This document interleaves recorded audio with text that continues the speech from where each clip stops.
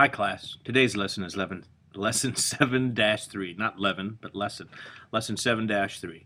Our purpose for today is to write and solve proportions. Now, in order to write and solve proportions, we need to understand what it means. So here's our vocabulary term, our one and only, proportion. A proportion is an equation that shows two equivalent ratios.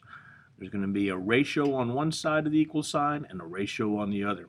For example, if we have 4 to 2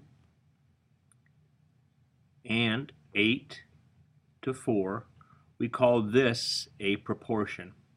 Another way in which we say this in terms of a proportion, we can say it 4 is to 2 as 8 is to 4. So this equal sign becomes the word as when we compare. Next, here we're asked to write a proportion for the model. Proportion means that we have to write two ratios. So the first ratio we're going to do is we're going to do triangles to circles. Okay? So we have 1, 2, 3, 4, 5, 6 triangles to 2 circles. Another way which we can write that is with a fraction bar, 6 to 2. Now, using this model, we're going to go ahead and regroup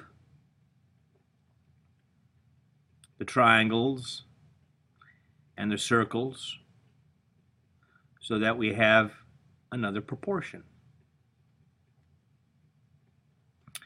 Here we've divided each group of 2 groups into 3 triangles and 1 circle. 3 triangles and 1 circle.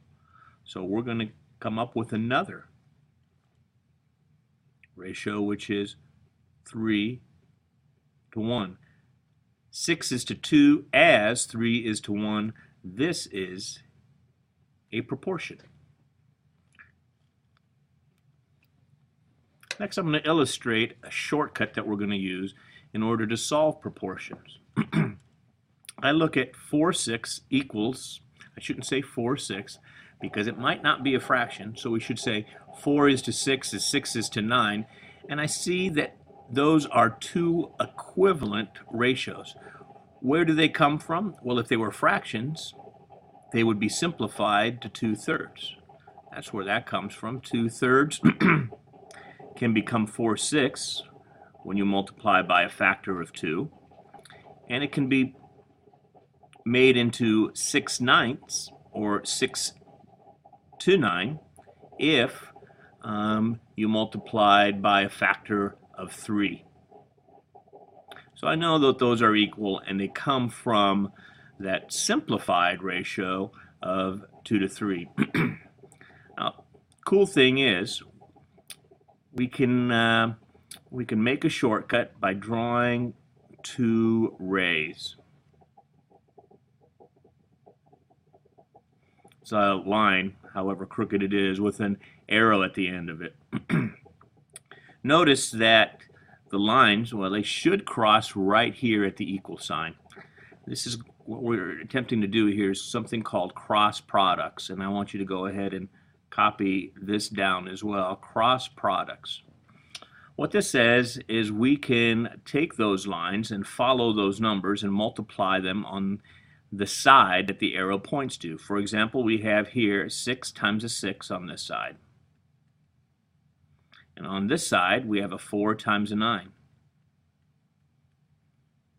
6 times 6 is 36. 4 times 9 is 36. And what we have here is an equivalent ratio proven by the fact that we can do cross products on it. When we do cross products on it, we end up with 36 equals 36, which is true, which makes this proportion true. Let's go ahead and use it in another fashion.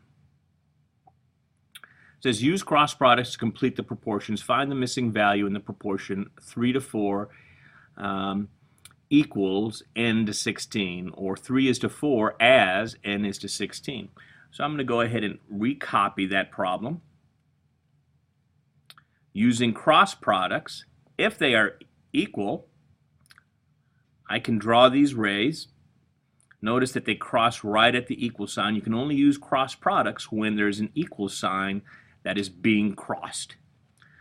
So now I do 4 times n, which is 4n, and on the other side I do 3 times 16. Now I've dropped the equal sign. Now 4n has to equal 3 times 16 if this is true. 3 times 16 I'm going to do off to the side. 3 times 6 is 18. 3 times 1 is 3, plus 1 is 4. That's 48. So 4n equals 48. Now we recognize this as a simple algebra problem. Isolate the variable. We divide by 4 from both sides. The 4's drop down or drop out. The n drops down. 48 divided by 4 is 12. N equals 12. Next, we have a measurement application. The word problem reads, the label from a bottle of a pet vitamin shows recommended dosages. What dosage would you give an adult that weighs 15 pounds? Well, here's that label. It says 1 teaspoon for a 20-pound body weight. Well, that's great. If we had a 20-pound dog, we'd give him 1 teaspoon, but we don't have a 20-pound dog. We have a 15-pound dog, so we're going to give that dog a little less than 1 teaspoon. So our answer should be less than 1 teaspoon, but exactly how much we've got to determine. So what we're going to do first is we're going to be substituting a variable for dosage being D. We're going to set up the proportion 1 teaspoon for every 20 pounds equals D, which is the dosage that we're trying to figure out, for a 15-pound dog. Notice that the labels at the bottom are the same. They need to be the same, and the labels at the top will be the same too, because this is going to be teaspoons, the dosage. Now what we're going to go ahead and do is do cross products. Simply draw the rays. That would be 20 times D equals 1 times 15. 1 times 15 is 15. Now it's a simple algebra problem. We're going to go ahead and divide both sides by 20.